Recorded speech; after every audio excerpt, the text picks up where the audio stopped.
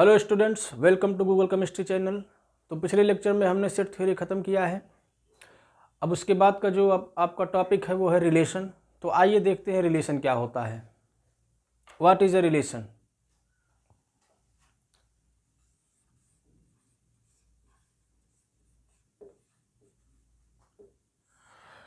तो जैसे घर है हमारा, घर में मेंबर्स रहते हैं, तो मेंबर्स के बीच में कुछ रिलेशन होता है। मेंबर्स के बीच में रिलेशन होता है। कोई किसी का भाई लगता है, कोई किसी की बहन लगती है, कोई किसी की माँ है, पिताजी हैं। तो ऐसे ही मैथमेटिक्स में सेट हमारा एक घर है। सेट क्या है? सेट हमारे घर की तरह काम करता है। इसके एलिमेंट्स फैमिली मेंबर्स हैं। मान लीजिए पहले फैमिली मेंबर, दूसरे फैमिली मेंबर, तीसरे फैमिली मेंबर। ठीक। तो सेट हमारा घर है, उसके एलिमेंट्स फैमिली मेंबर्स हैं। तो अब ये आपस में एक दूसरे से कैसे रिलेटेड हैं? इनका आपस में जो भी जिस भी प्रकार का संबंध होता है उसी को क्या कहते हैं? संबंध कहते हैं, रिलेशन कहते हैं। यहाँ पर जो रिलेशन होता है उसको ब्लड रिलेशन कहते हैं। This is called blood relation. But mathematics में तो कोई ब्लड है नहीं, एलिमेंट्स सब सूखे हैं, किसी के अंदर ब्लड नहीं है। तो यहाँ पर मैथमेटिक्स में जब घर की बात होती है तो वो सेट होता है, उनके एलिमेंट्स की बात होती है तो वो घर के मेंबर की तरह ट्रीट किए जाते हैं। तो आइए देखते हैं सेट में रिलेशन क्या होता है। घर वाला तो आप लोगों को क्लियर ही होगा कैसे होता है। आइए देखते हैं व्हाट इज अ रिलेशन। तो रिलेशन बनने से पहले हमको एक घर चाहिए, मीन्स एक सेट चाहिए। बिना सेट के बात नहीं हो पाएगी। Consider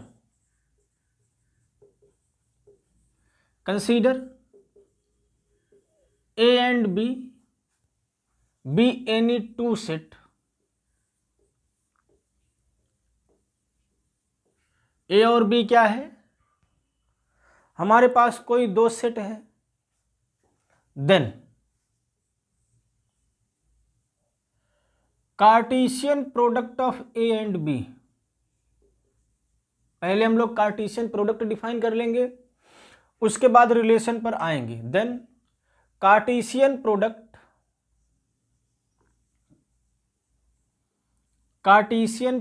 of A and B is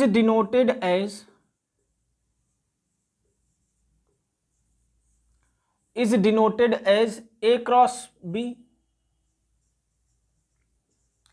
and defined as A cross B equals to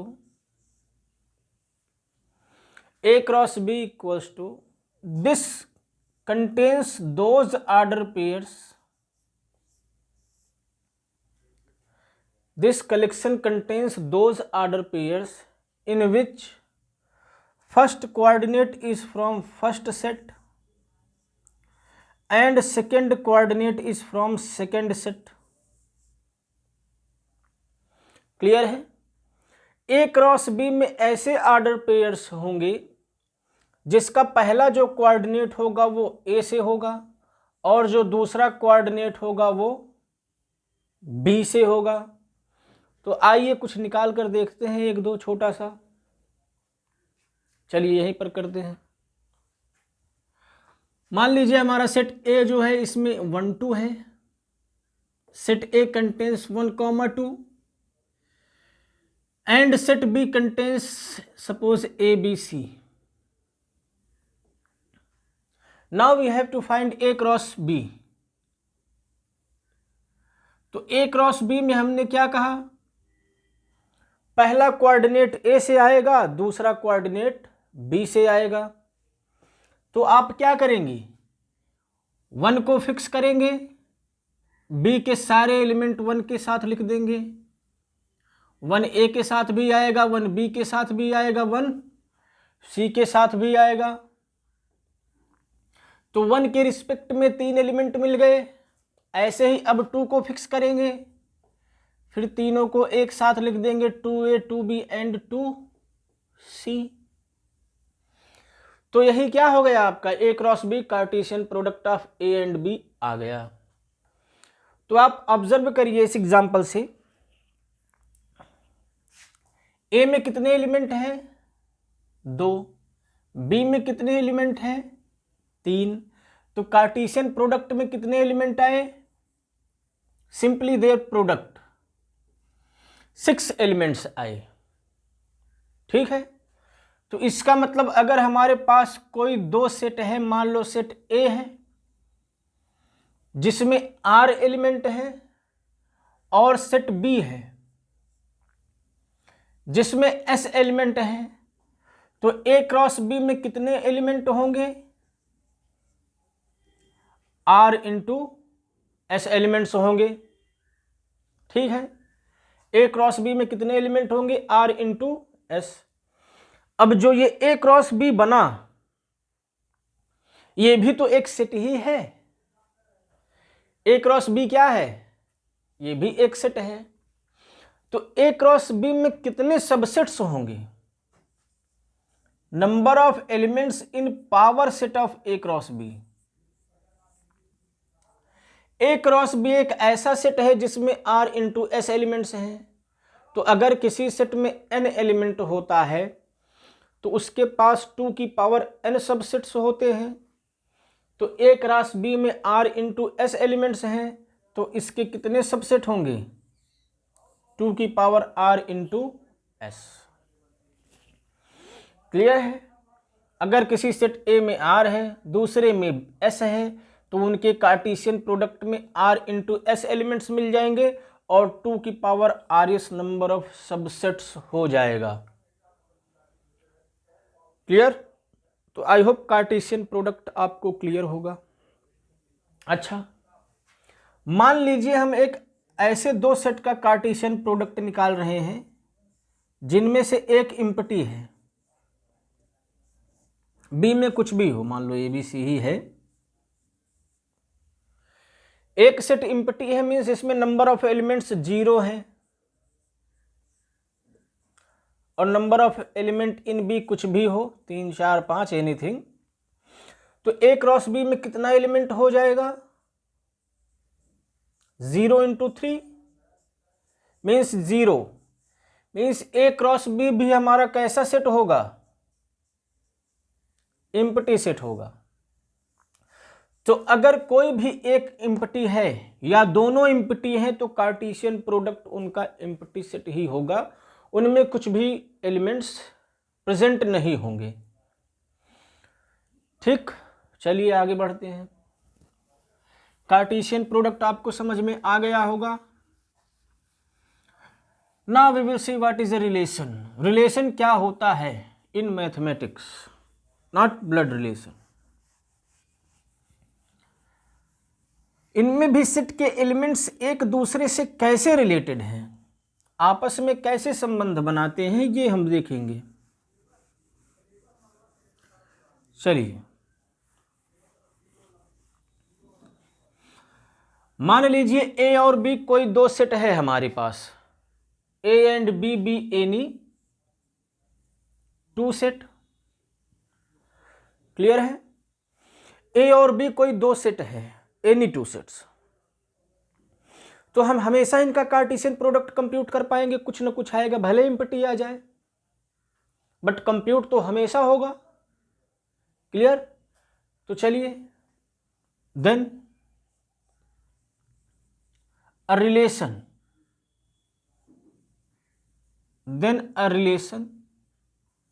से R, मान लीजिए रिलेशन को R नाम दे रहे हैं, then a relation R between sets A and B, sets A and B। A और B कोई दो नॉन इम्पटी सेट है, तो उनके बीच में मान लीजिए रिलेशन हम R डिफाइन करना चाहते हैं, तो R क्या होगा, then R will be subset of A cross B. R क्या होगा? R will be some subset of A cross B. Means जो रिलेशन आर होगा उसमें ए क्रॉस बी के ही एलिमेंट्स लिखे होंगे। हो सकता है ए क्रॉस बी का एक ही एलिमेंट लिखा हो सकता है पूरे का पूरा लिखा हो, ठीक, हो सकता है प्रॉपर सबसेट लिखा हो। तो रिलेशन कुछ भी होगा वो ए क्रॉस बी का ही सबसेट होगा और किसी भी प्रकार के रिलेशन की चॉइस नहीं है। मीन्स आर में जो भी एलिमेंट्स आएंगे वो ए और बी के बाहर से नहीं आ सकते हैं, उनको इन्हीं में से पेयरिंग करना होगा। क्लियर है? जैसे एक एग्जांपल लेते हैं, अभी समझ में आ जाएगा। मान लो ए वही पुराना सेट है 1,2 और बी है ABC। बी क्या है? ABC है। तो ए क्रॉस बी अभी हमने निकाला था, क्या आएगा? 1A 1B 1C 2A 2B and at last 2C। यही आएंगे और कोई चॉइसेस नहीं है। ठीक, तो मैं क्या कह रहा हूं कि कोई भी रिलेशन होगा R, any relation between A and B will be some subset of A cross B. A cross B के ही कुछ एलिमेंट्स को लेकर बनाया गया होगा। तो देखो आर एक रिलेशन डिफाइन कर रहे हैं, डिफाइन आर। आर में कुछ भी एलिमेंट रख दे, मान लो हमने रख दिया 1A 1B एनीथिंग, चलो 2C रख दिया, तो ये ए क्रॉस बी का सबसेट है। ए क्रॉस बी का सबसेट है ना, तो ये क्या हो जाएगा? ए और बी के बीच में एक रिलेशन हो जाएगा। क्लियर? आर हमारा क्या हो गया? रिलेशन हो गया। मीन्स सिर्फ सबसेट होना चाहिए, बाकी आप कुछ भी लेकर रख दीजिए। मान लीजिए हम 5 ही रख दें, आर में कुछ भी ना रहे, तब भी तो ये ए क्रॉस बी का सबसेट होगा। तो ये भी क्या हो जाएगा? रिलेशन हो जाएगा। मान लीजिए आर पूरा का पूरा ए क्रॉस बी ही ले लें, then we know that each set is subset of itself. तो ए क्रॉस बी भी ए क्रॉस बी का सबसेट है, तो ये भी क्या हो जाएगा? रिलेशन हो जाएगा। ऐसे ही कुछ भी लेकर हम बना दें, ए क्रॉस बी के कुछ भी एलिमेंट्स को लेकर हम बना दें, तो वो क्या होगा? रिलेशन होगा।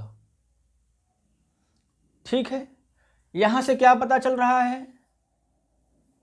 1 हमारा ए से भी रिलेटेड है, 1 हमारा बी से रिलेटेड है, 2 हमारा सी से रिलेटेड है। बात तो यही हुई। जो एलिमेंट्स पेयर में आते हैं उनको हम कहते हैं कि वो एक दूसरे से रिलेटेड है।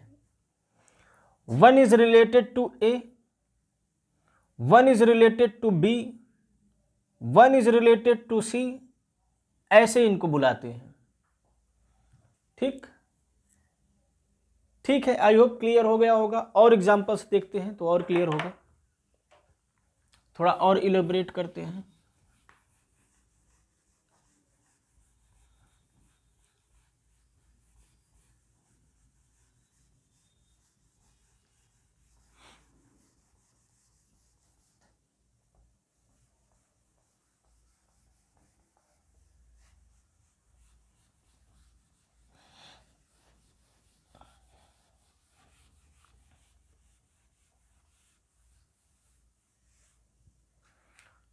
ठीक, तो हमारे पास 2 सेट थे ए और बी। इनका हमने कार्टेशियन प्रोडक्ट निकाला और इन्हीं में से कुछ एलिमेंट को लेके लिख दिया और इसको क्या कह दिया, रिलेशन। अभी तक इतनी ही बात हुई। तो आर में क्या होगा, R will contain ordered pair types element. R में ए कॉमा बी टाइप के ही एलिमेंट होंगे, नहीं होंगे भाई। आर हमारा ए क्रॉस बी का सबसेट है और ए क्रॉस बी में ए कॉमा बी टाइप के एलिमेंट होते हैं, तो आर में भी ए कॉमा बी टाइप के ही एलिमेंट होंगे। तो अगर मान लीजिए ए कॉमा बी आर में है, ए कॉमा बी आर में बिलोंग करता है, तो इसको हम क्या पढ़ते हैं, देन वी से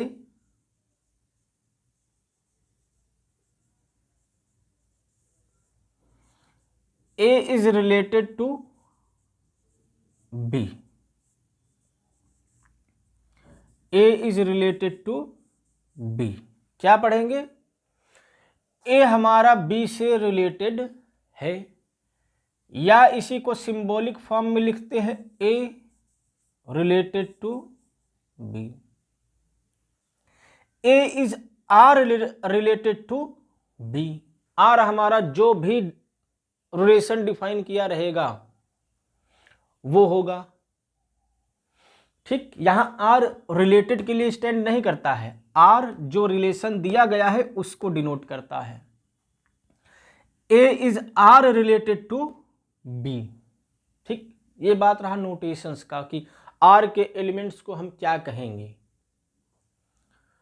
सही है, चलिए अब आगे बढ़ते हैं, आगे देखते हैं कुछ और कॉन्सेप्ट्स। तो रिलेशन का डिफिनीशन आपको क्लियर हुआ होगा, क्या होता है। ठीक है, चलिए अब टाइप्स ऑफ रिलेशन पर आते हैं। टाइप्स ऑफ रिलेशन, रिलेशन कितने प्रकार का होता है।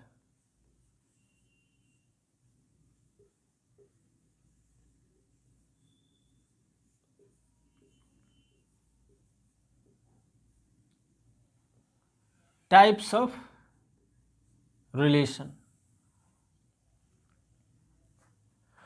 तो जो पहला हमारा आता है, फर्स्ट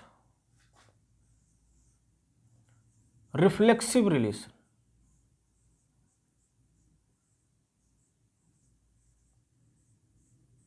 रिफ्लेक्सिव रिलेशन, अच्छा इस पे बढ़ने से पहले थोड़ा एक छोटा सा फार्मूला हम लोग देख लेते हैं क्या होता है। मान लो कोई सेट ए है, इसमें आर एलिमेंट्स हैं, कोई सेट बी है, इसमें एस एलिमेंट है, तो इनके प्रोडक्ट में कितना एलिमेंट हो जाता है, आर इंटू एस, और कितने सबसेट्स बनेंगे,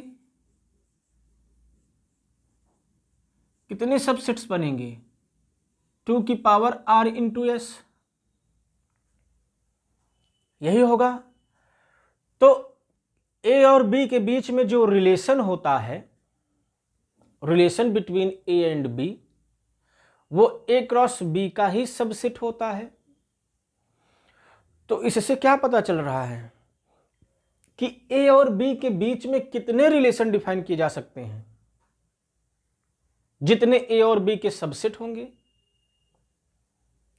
भाई रिलेशन आर जो है वो ए क्रॉस बी का सबसेट होता है, तो ए क्रॉस बी के जितने सबसेट होंगे उतने ही रिलेशन डिफाइन किए जा सकते हैं मैक्सिमम। तो नंबर ऑफ रिलेशन क्या हो जाएगा, number of relation between A and B क्या हो जाएगा, number of subsets in A and B. तो 2 की पावर आर एस भी नंबर ऑफ रिलेशन हो जाएगा बिटवीन ए एंड बी। ठीक, छोटा सा फार्मूला था। अब आगे बढ़ते हैं अपने टाइप्स ऑफ रिलेशन पे। ठीक, टाइप्स ऑफ रिलेशन पे अच्छा, मैं दो सेट ना लेकर अगर एक ही सेट पर रिलेशन की बात करूं, अभी हम दो सेट के बीच में डिफिनीशन देख रहे थे रिलेशन का।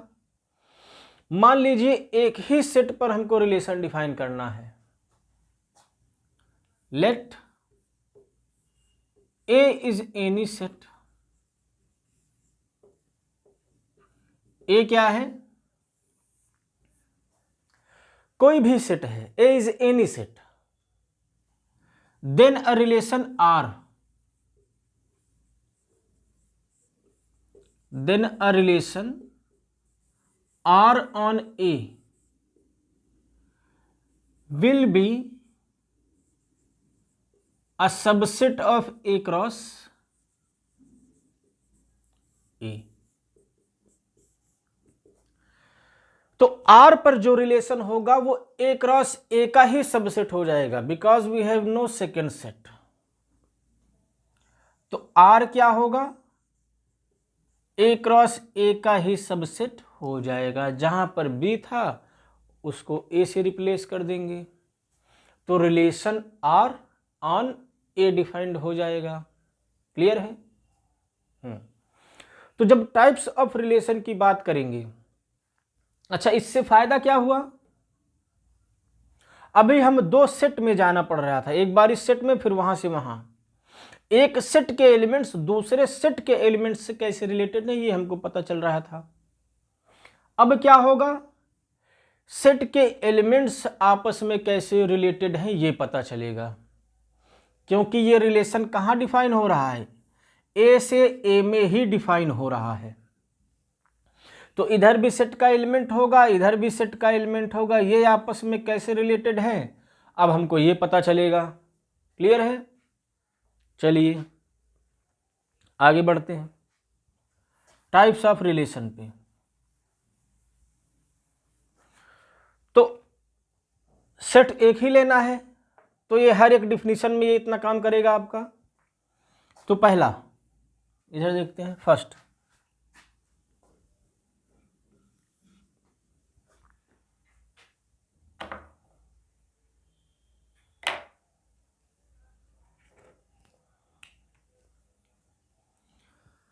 first type of relation is reflexive. It is called reflexive.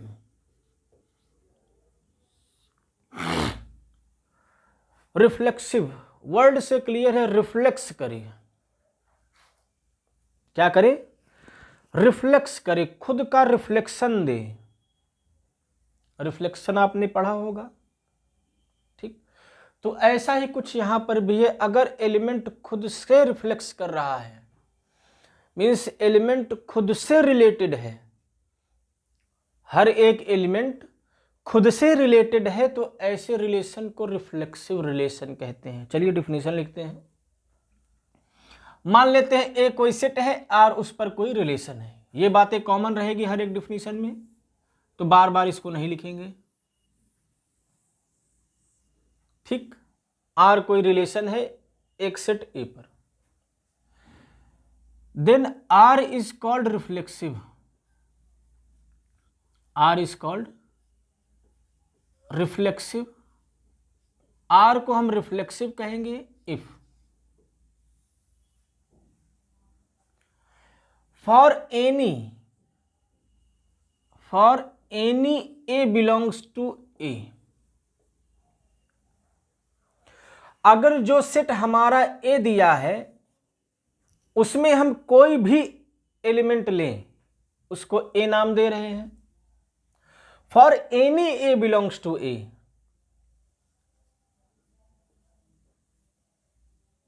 A comma A belongs to are.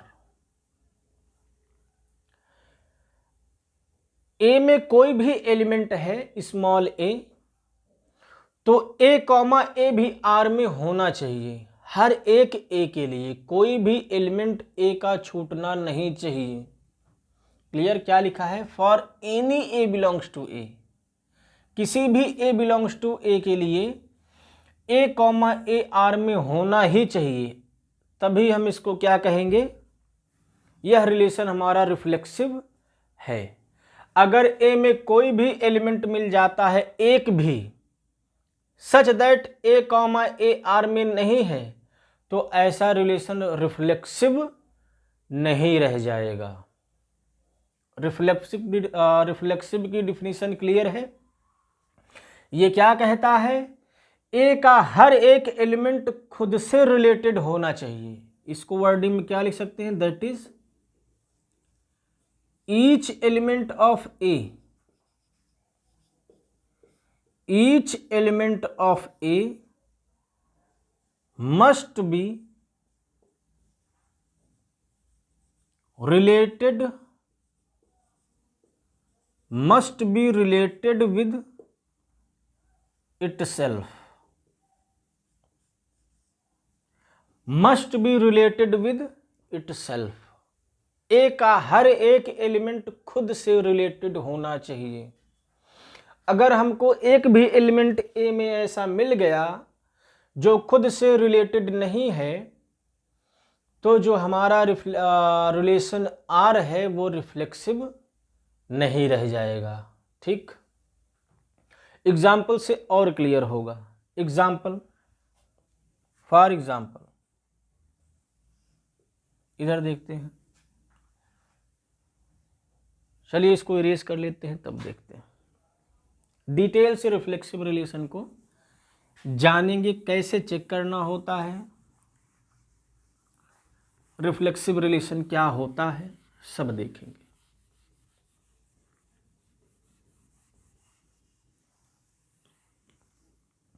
तो डिफिनीशन क्लियर है, सिंपल डिफिनीशन है कि ए का हर एक एलिमेंट खुद से रिलेटेड होना चाहिए, बस। ठीक, अगर कोई भी ए स्मॉल ए में बिलोंग करता है तो ए कॉमा ए भी आर में होना चाहिए। अगर कोई भी एक भी एलिमेंट ऐसा मिल गया कि खुद से रिलेटेड नहीं है, तो रिलेशन हमारा रिफ्लेक्सिव नहीं रह जाएगा। फॉर एग्जाम्पल, फर्स्ट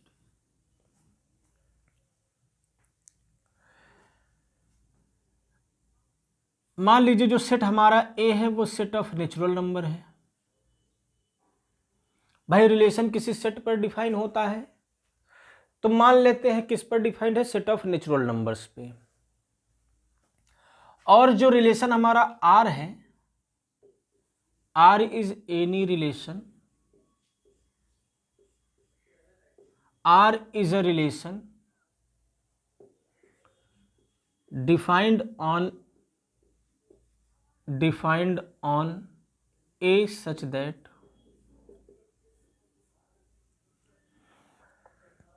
आर जो हमारा रिलेशन है वो इस तरह से डिफाइंड है कि कोई भी दो नेचुरल नंबर्स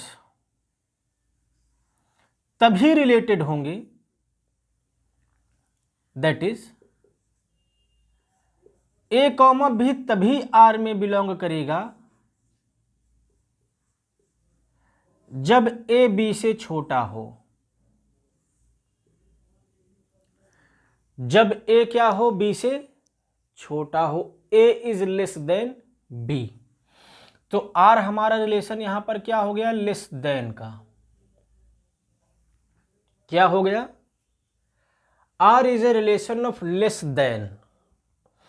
कोई भी पेयर तभी आर में आएगा जब उसका पहला कोऑर्डिनेट छोटे वाले कोऑर्डिनेट से छोटा हो। तो चलो इस रिलेशन को लिखने का प्रयास करते हैं कि आर में क्या होगा। तो नेचुरल नंबर्स हमारे 1 से स्टार्ट होते हैं, तो पहले कोऑर्डिनेट को 1 फिक्स कर देंगे। अब 1 हमारा किससे रिलेटेड होगा? क्या 1 हमारा 1 से रिलेटेड हो सकता है? नहीं हो सकता है, क्योंकि अगर 1 1 से रिलेटेड होना है तो 1 को 1 से छोटा होना होगा, तो 1 1 से रिलेटेड नहीं होगा। क्या 1 2 से रिलेटेड हो सकता है? क्लियरली हो सकता है, क्योंकि 1 क्या होगा, 2 से छोटा होगा। ऐसे ही 1 3 से भी रिलेटेड हो जाएगा, 1 4 से भी रिलेटेड हो जाएगा, ऐसे ही टिल इन्फिनिटी आता जाएगा। भाई सेकेंड कोऑर्डिनेट के लिए कोई बाउंडेशन तो है नहीं, इसके बाद जो भी आएगा सब 1 से बड़ा होगा, तो सारे रिलेटेड हो जाएंगे। चलिए अब 2 को पकड़ते हैं। क्या 2 1 से रिलेटेड होगा? क्या 2 हमारा 1 से रिलेटेड होगा? अगर होता तो 2 को 1 से छोटा होना चाहिए था, लेकिन 2 1 से बड़ा होता है, तो 2 1 से रिलेटेड नहीं होगा। क्या 2 2 से रिलेटेड होगा?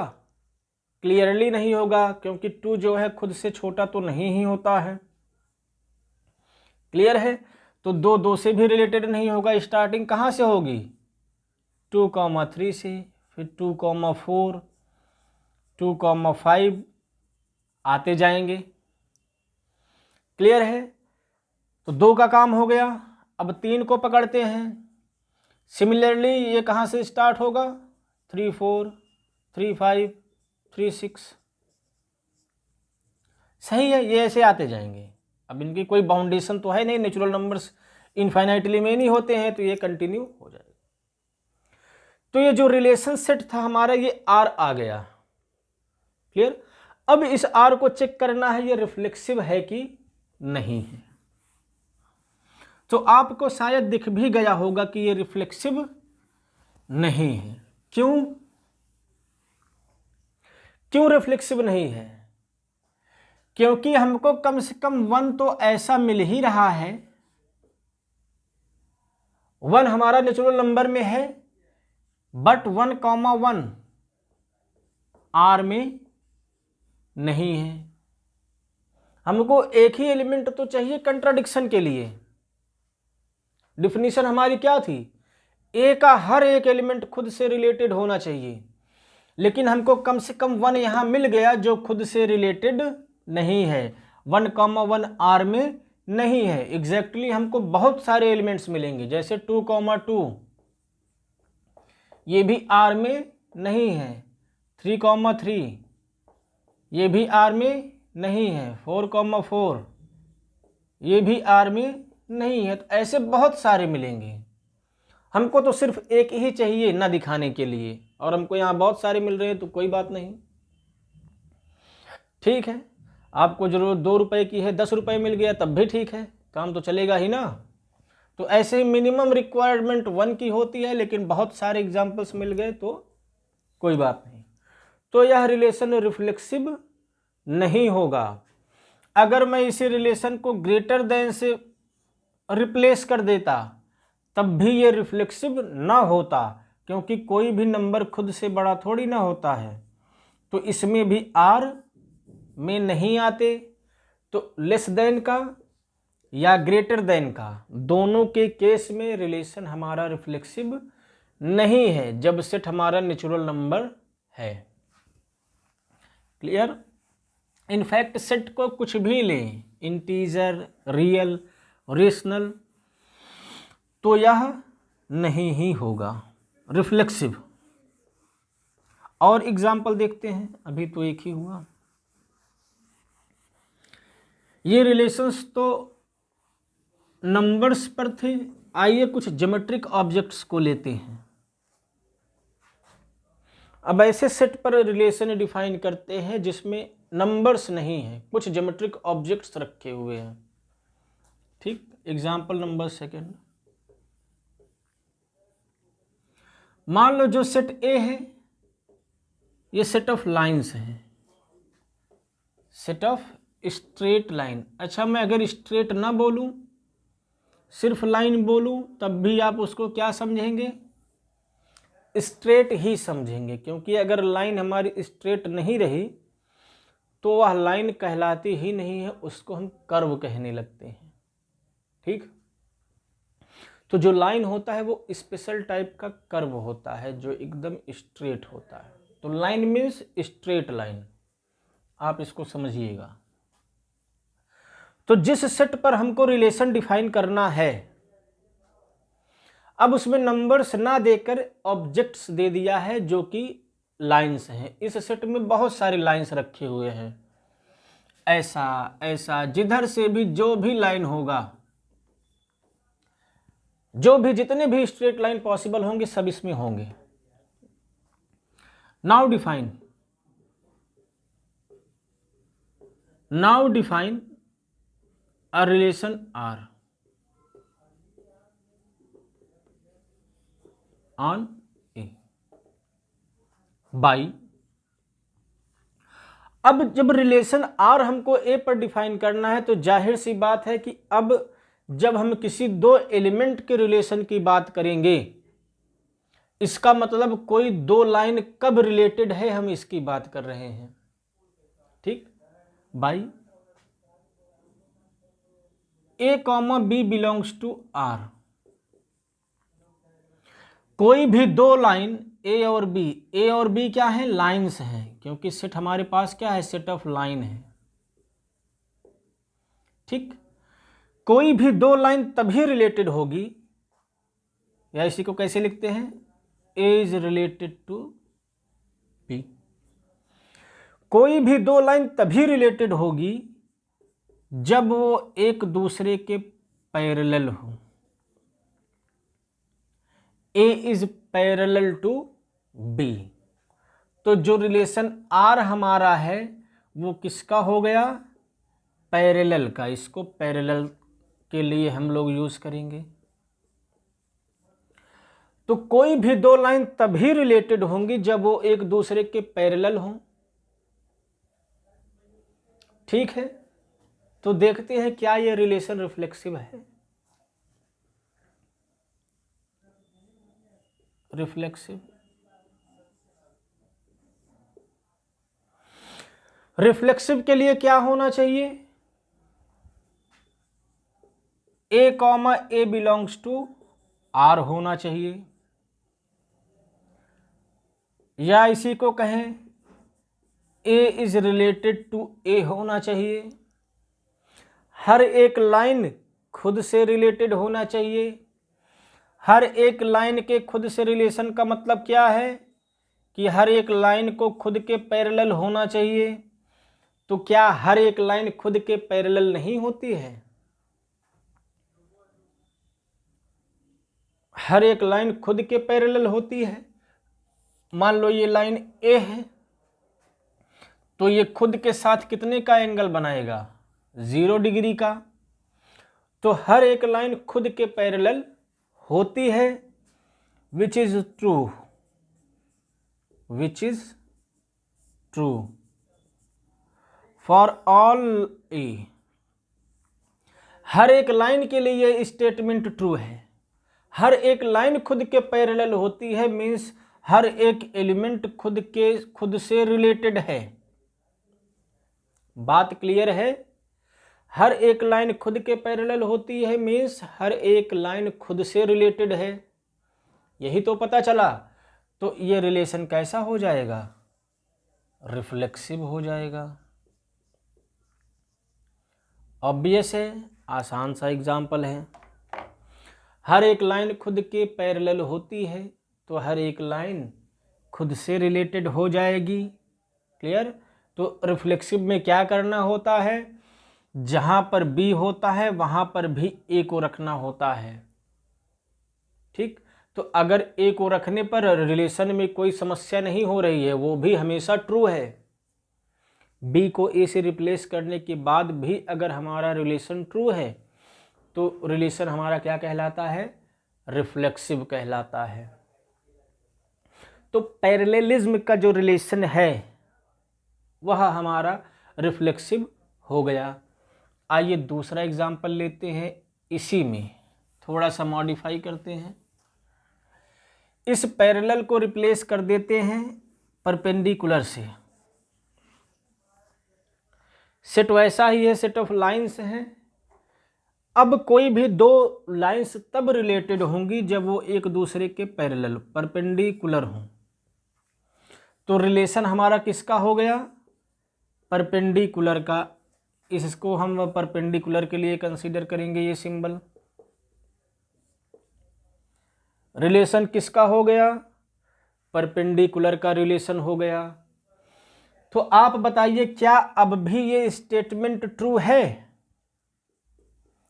क्या हर एक लाइन खुद के परपेंडिकुलर होती है, क्या हर एक लाइन खुद के साथ 90 डिग्री का एंगल बनाती है।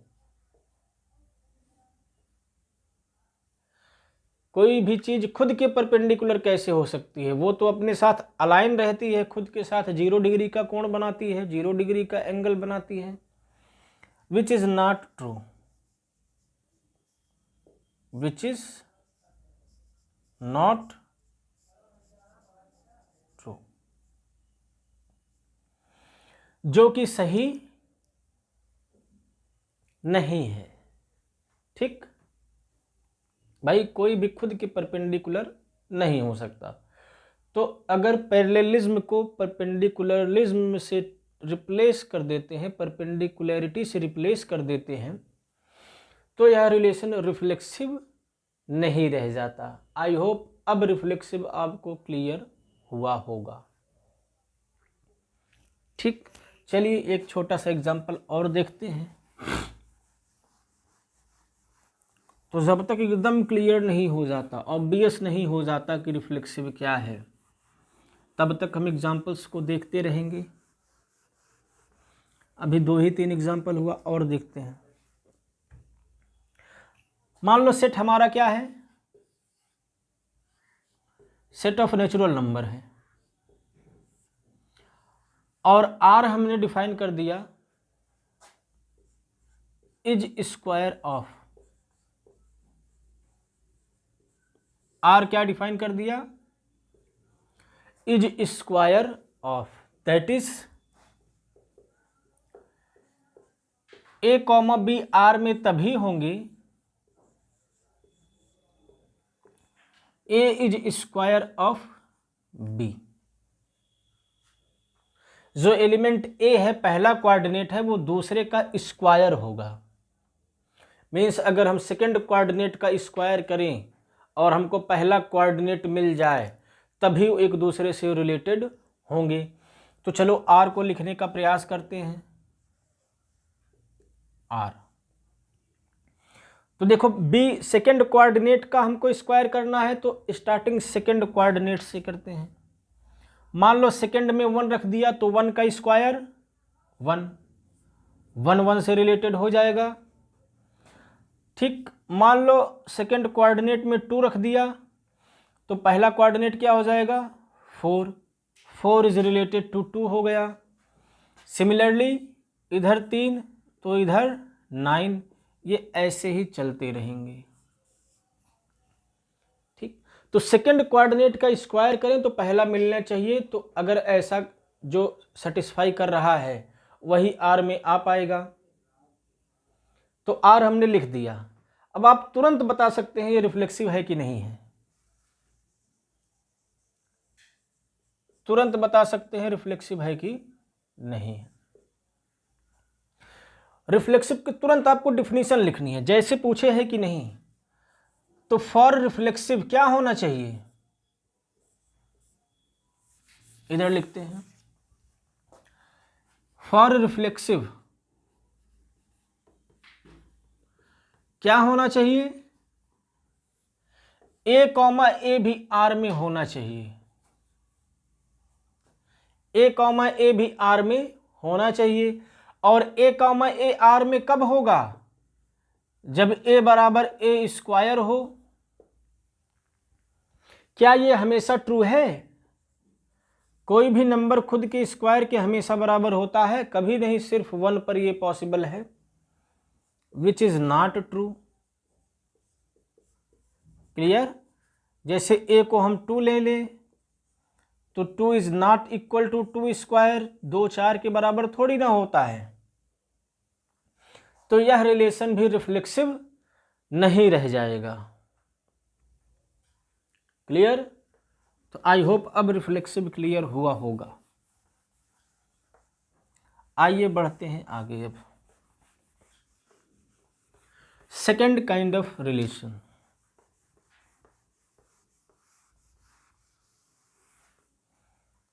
second kind of relation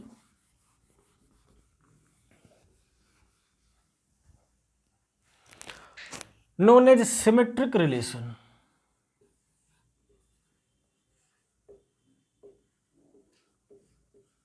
Symmetric relation क्या होता है, सिमेट्रिक रिलेशन।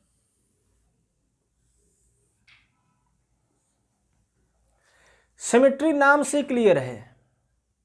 जैसे हम मिरर के आगे खड़े होते हैं तो हमारी एक सिमेट्रिक इमेज बनती है, चाहे हमसे बात की जाए या उससे बात की जाए, जो रिएक्शन हमारा होगा वही रिएक्शन उसका होगा, और जो रिएक्शन उसका होगा वही रिएक्शन हमारा होगा। तो हमारी क्या है, सिमेट्रिक इमेज है।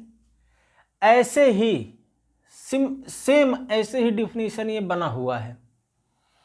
ये क्या कहता है, if A and B are related, अगर ए और बी रिलेटेड है, अगर मेरे सामने मिरर है तभी दोनों का रिएक्शन सेम हो सकता है। मान लीजिए मिरर ही नहीं है, दीवार के सामने खड़े हैं, तब वहां पर जो इमेज होगा वो नहीं दिखेगा। Clear, sorry. तो वहां पर जो इमेज होगा वो नहीं दिखेगा, तो मिरर का होना जरूरी है। ऐसे ही ए और बी का रिलेटेड होना जरूरी है। ठीक, if A and B are related, अगर यह इंप्लाई कर देता है कि बी ए भी रिलेटेड है,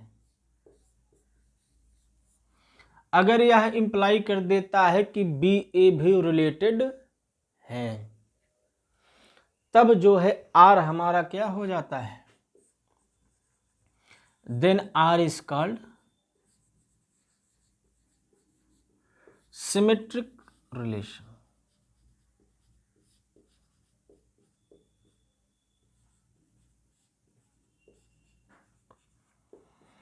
जब हम आर को क्या कहते हैं, सिमेट्रिक रिलेशन।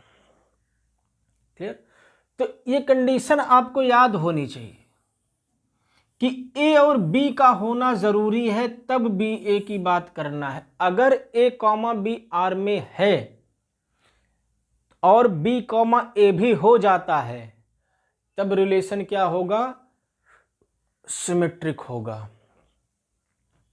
ठीक, चलिए एग्जाम्पल देखते हैं। फॉर एग्जाम्पल, सबसे बेसिक पहले शुरू करते हैं। 5, मान लेते हैं ए कोई भी सेट है, कुछ भी दिया है, ए बी एनी सेट। ठीक, ए कोई भी सेट है और आर हमने ए क्रॉस ए का सबसेट ले लिया 5। आर क्या ले लिया, 5। आर को हमने इम्पटी सेट ले लिया, तो बताइए क्या ये सिमेट्रिक होगा। आर में कुछ है ही नहीं, we can not choose A comma B belongs to R. Definition क्या कहती है कि ए कॉमा बी का होना जरूरी है।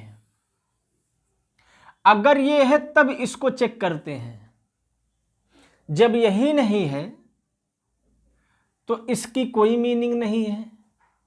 क्लियर, तो जब भी ऐसा केस होगा कि हम पहले वाला ही न चूज कर पाए, तो ऐसा रिलेशन सिमेट्रिक होता है, ऐसा रिलेशन सिमेट्रिक होता है। क्लियर भाई, सिमेट्रिक कब ना होता, कब हम कहते कि सिमेट्रिक नहीं है, जब हमारे पास ए कॉमा बी होता और बी कॉमा ए ना होता, तब हम कहते सिमेट्रिक नहीं है। बट जब यही नहीं है तो ये मीनिंगलेस हो गया, मीन्स सिमेट्रिक का कोई मतलब ही नहीं रहा, तो यह सिमेट्रिक रिलेशन हो जाता है। क्लियर, ठीक, तो यह सिमेट्रिक हो जाए,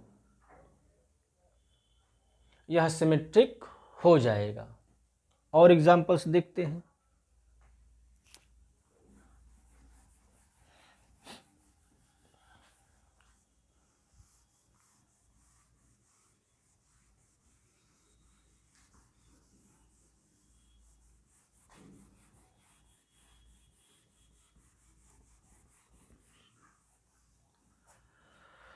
पिछले वाले एग्जाम्पल पर रिटर्न होते हैं।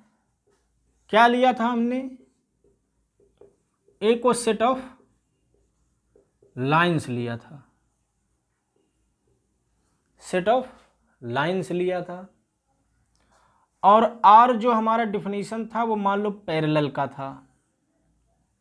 आर क्या था डिफिनीशन, रिलेशन हमारा पैरेलल का, मीन्स ए और बी तभी आर में होंगे, ए और बी तभी रिलेटेड होंगे जब ए क्या होगा, बी के पैरेलल होगा। ए क्या होगा, बी के पैरेलल होगा। तो यह रिलेशन हमने देख लिया था कि रिफ्लेक्सिव था, ये आर रिलेशन वाज रिफ्लेक्सिव। अब चेक करते हैं क्या ये सिमेट्रिक है, is this relation is symmetric, is this relation symmetric, symmetric. तो सिमेट्रिक चेक करने के लिए क्या करना होता है, if A and B are related, important condition है, बार बार इसीलिए इसको एम्फसाइज कर रहा हूं। अगर ए और बी रिलेटेड हैं, ये क्या इंप्लाई कर दे कि बी कॉमा ए भी रिलेटेड है, तो रिलेशन हमारा सिमेट्रिक हो जाता है। ठीक, तो ए कॉमा बी मान लेते हैं, let A B is related. भाई इसको लेके चलना ही पड़ेगा, क्योंकि हमने बार बार हम क्या बता रहे हैं, ए कॉमा बी का आर में होना जरूरी है, तब इसको हम चेक करते हैं। तो यह हम मान के चलेंगे कि ए और बी रिलेटेड हैं। तो डेफिनेशन क्या कहती है, ए बी के पैरेलल होगा, ए बी के पैरेलल होगा। अब जब ए बी के पैरेलल है तो क्या बी ए के पैरेलल नहीं होगा, एक लाइन ए है दूसरी लाइन बी है, ए बी के पैरेलल कहें या बी ए के पैरेलल कहें, दोनों बात सेम ही है। तो ए और बी को हम यहां पर इंटरचेंज कर सकते हैं, और ये क्या कहता है, B is related to A. Is there any problem, कोई समस्या नहीं है भाई। ए बी के पैरेलल है तो बी भी तो ए के पैरेलल होगा, जाहिर सी बात है। तो यह रिलेशन सिमेट्रिक हो जाएगा। अब मान लो ए बी से रिलेटेड होता ही ना, ये चीज होती ही ना, कोई लाइन ही ना होती जो एक दूसरे के पैरेलल है, तो हम कैसे इस डेफिनेशन को कहते हैं कि गलत है। भाई जब ए बी होगा तभी तो बी ए की बात चेक करेंगे, जब ए बी ही नहीं है तो क्या मतलब है चेक करने का, सही है। तो ऐसे केस में वो सिमेट्रिक हो जाता। तो यहां पर भी ये सिमेट्रिक हो ही गया। चलिए और एग्जाम्पल, और एग्जाम्पल क्या, इसी में मॉडिफाई करते हैं, इसी में मॉडिफाई करते हैं। चलिए फिर से लिखते हैं, मान लेते हैं जो ए है सेट ऑफ लाइंस है, और जो आर हमारा रिलेशन है वो परपेंडिकुलर का है। दैट इज कोई भी दो लाइन तभी रिलेटेड होंगी जब वो एक दूसरे के परपेंडिकुलर हो, जब वह क्या हो, एक दूसरे के परपेंडिकुलर हो। तो क्या यह रिलेशन यह रिफ्लेक्सिव तो था नहीं, हम लोग चेक कर चुके हैं, क्योंकि कोई भी लाइन खुद के परपेंडिकुलर नहीं हो सकती। तो इससे क्या पता चलेगा कि कोई भी लाइन खुद से रिलेटेड नहीं होगी, तो रिफ्लेक्सिव नहीं रह जाएगा। Now we are going to check symmetry. यह सिमेट्रिक होगा कि नहीं होगा, ठीक है, सिमेट्रिक रिलेशन। तो सिमेट्रिक के लिए क्या होना चाहिए, if A and B are related, बार बार मैं यही बता रहा हूं, अगर ए और बी रिलेटेड है, यह इंप्लाई कर दे बी ए भी रिलेटेड है, तो रिलेशन सिमेट्रिक हो जाता है। मीन्स हमको ये लेके चलना है, let A B belongs to R, A B belongs to R. अब हमको क्या दिखाना है कि बी ए भी आर में बिलोंग कर जाएगा, ठीक है। तो अब इसकी डिफिनीशन लगा दीजिए, ए और बी कब रिलेटेड होंगे, if and only if A is perpendicular to B. अब कोई भी लाइन ए है, दूसरी लाइन बी है, एक दूसरे के परपेंडिकुलर हैं, तो दूसरा भी पहले के परपेंडिकुलर होगा, कोई समस्या नहीं आएगी। इससे क्या पता चल रहा है कि बी भी ए के परपेंडिकुलर होगा, मीन्स जहाँ ए था वहाँ बी आ गया, जहाँ बी था वहाँ ए आ गया। इसका मतलब ए और बी इंटरचेंजेबल हैं, तो बी कॉमा ए भी आर में हो जाएगा। क्लियर है?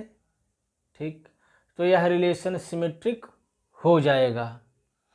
पैरेलल वाला रिफ्लेक्सिव नहीं था, सिमेट्रिक हो गया था।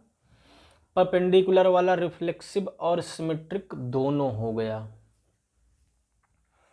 ठीक है, आइए आगे बढ़ते हैं अपने नेक्स्ट टाइप ऑफ रिलेशन पर।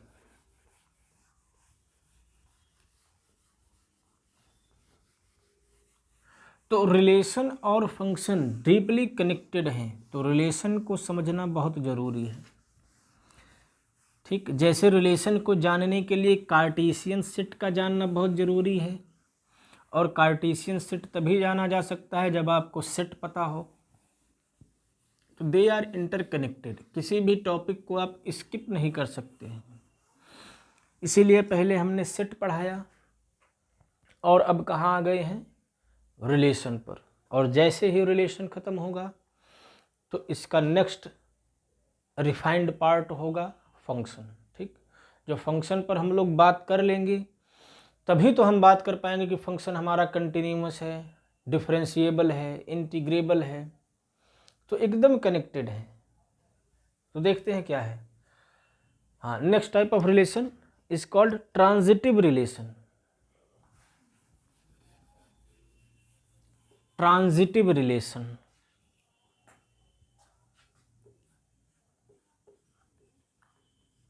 ट्रांजिटिव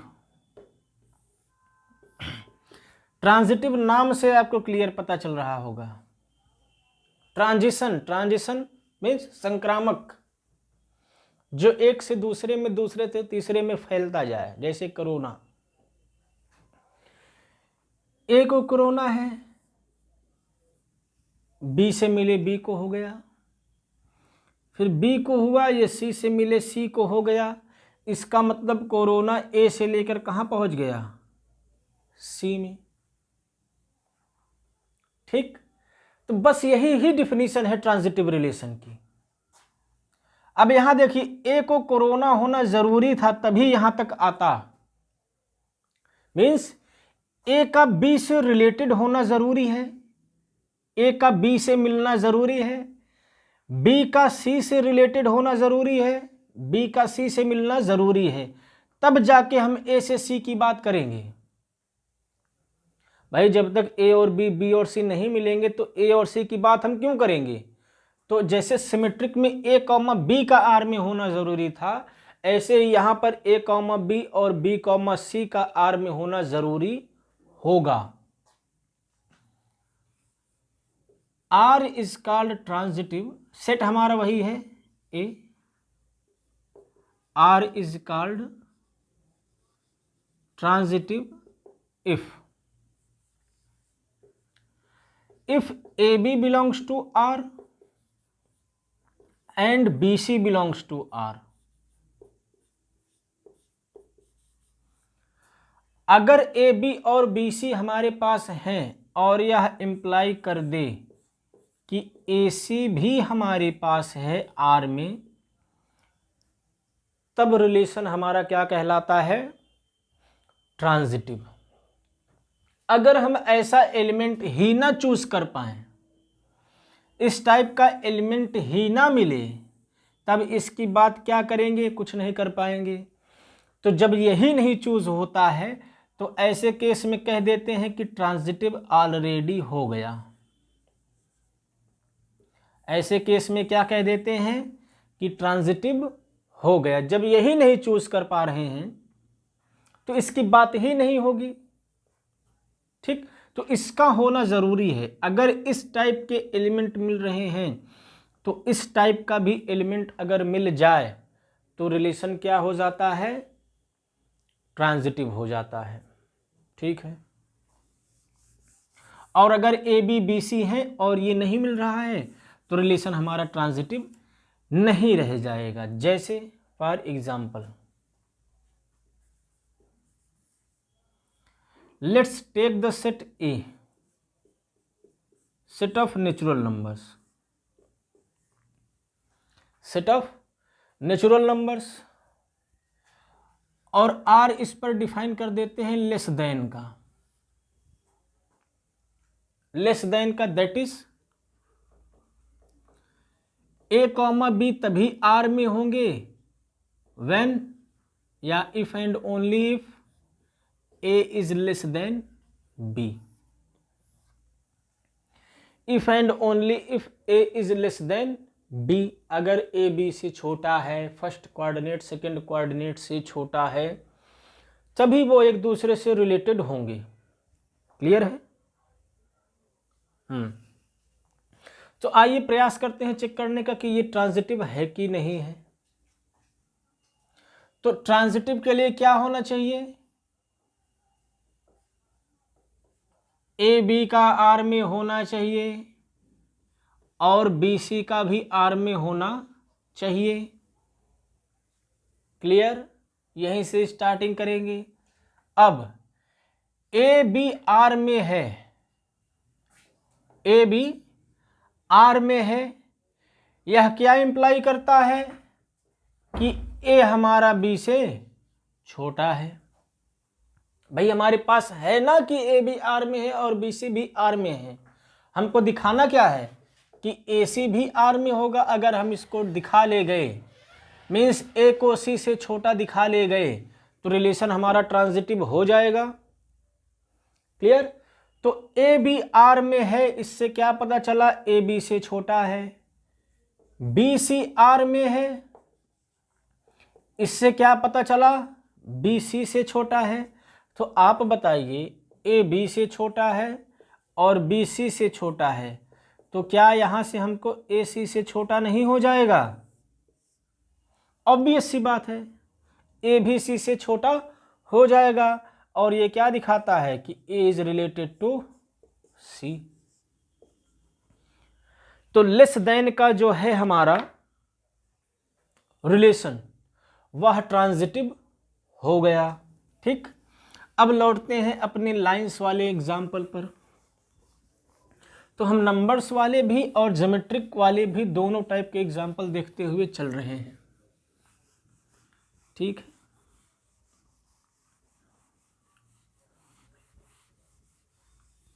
लाइंस के एग्जाम्पल भी देख लेते हैं क्या होंगे। सेट हमारा वही रहेगा, set of lines, set of lines.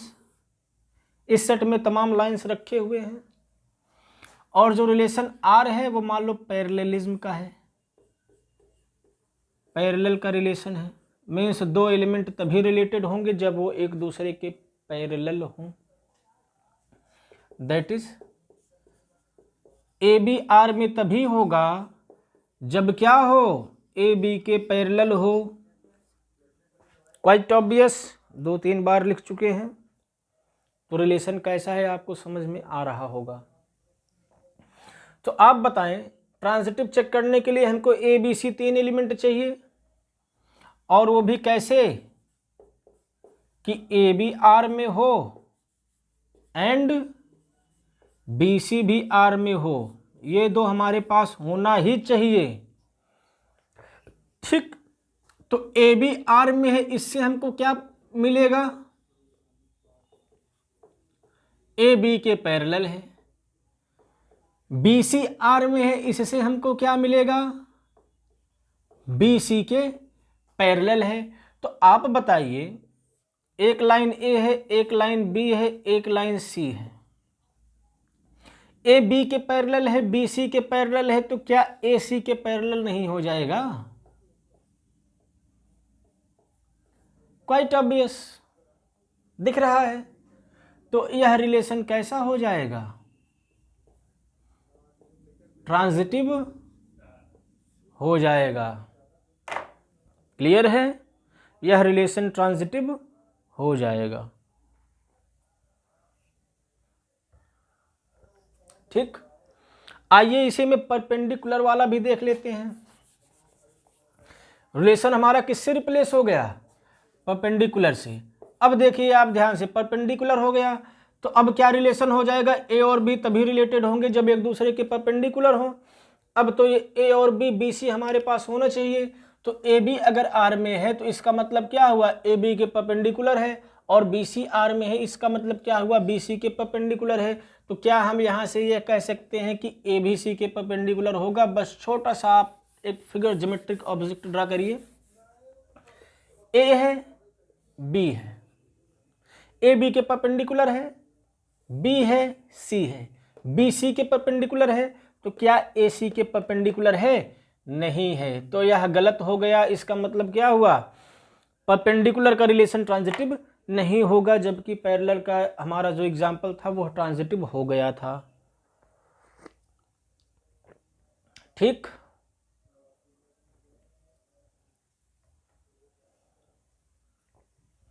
तो यह एग्जांपल आई थिंक क्लियर हो गया होगा कि कैसे चेक करना है, क्या मेथड हमको रखना है चेक करने का। ठीक है, चलिए एक छोटा सा एग्जांपल देखते हैं। छोटा है बट टेक्निकल है। मान लीजिए रिलेशन फाई है, R contains nothing, R has no element. क्या है? सेट हमारा कुछ भी है, सेट पर डिपेंड नहीं करता है, क्योंकि फाई हर एक सेट का सब सेट होता है। तो ए कुछ भी लिया गया हो डजेंट मैटर। आर हमने क्या ले लिया? फाई। हमेशा ए क्रॉस ए का सबसेट होगा, मीन्स आर हमारा ए पर एक रिलेशन होगा। क्लियर है? तो अब इसको चेक करना है क्या ये रिफ्लेक्सिव है? Is it reflexive? तो रिफ्लेक्सिव के लिए क्या होना चाहिए? व्हाट वी मस्ट हैव कि ए में कोई भी एलिमेंट हो, मान लो ए में ए ही है, कुछ भी है, तो ए कॉमा ए भी आर में होना चाहिए। तो क्या यहां पर इसमें कुछ है? इसमें कुछ है ही नहीं, तो ए कॉमा ए कहां से आएगा? तो यह रिफ्लेक्सिव नहीं रह जाएगा। क्लियर? रिफ्लेक्सिव, सिमेट्रिक और ट्रांजिटिव में थोड़ा सा डिफरेंस है। सिमेट्रिक और ट्रांजिटिव में कहीं भी फॉर ऑल शब्द का यूज नहीं किया गया है। For every A belongs to A, ऐसा सिर्फ कहां कहा जाता है? रिफ्लेक्सिव में कहा जाता है। तो यहां पर ए में कोई भी एलिमेंट ए है तो ए कॉमा ए यहां होना ही चाहिए। यहां में हमको आर में एलिमेंट्स को नहीं चूज करना है, यहां हमको स्टार्टिंग कहां से करना है? ए से करना है। बाकी सिमेट्रिक और ट्रांजिटिव में स्टार्टिंग हमको आर से करना होता है।